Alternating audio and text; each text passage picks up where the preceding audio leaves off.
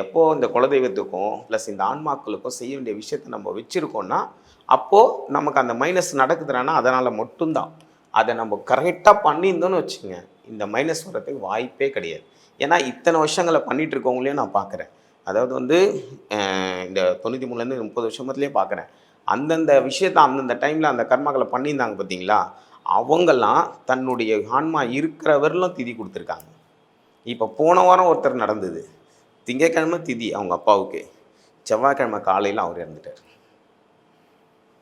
திங்கட்கிழமை திதி, செவ்வாய்க்கிழமை காலையில் திங்கட்கிழமை மணிக்கு உட்காந்து அவங்க தம்பியோடு சேர்ந்து எல்லாம் சேர்ந்து திதி கொடுத்தவர், மறுநாள் அவர் இறந்துருக்கார். ஏன்னா அவர் ரொம்ப உடம்பு முடியாதது தான், உடம்பு முடியாமல் ரொம்ப படுத்த படுக்கையாக தான் இருக்கார். இருந்தாலும் அவங்க அப்பாவுக்கு திதி கொடுக்கணுன்ற ஒரு கடமையில் திதி கொடுத்தாரு. திதி கொடுத்து மறுநாள் காலையில் இறந்துட்டார். ஏன்னா அது ஒரு நாள் முன்னாடி இறந்துருந்தா வச்சிங்களேன், இந்த திதி கிடையாது, அதோட போயிட்டுருக்கும்.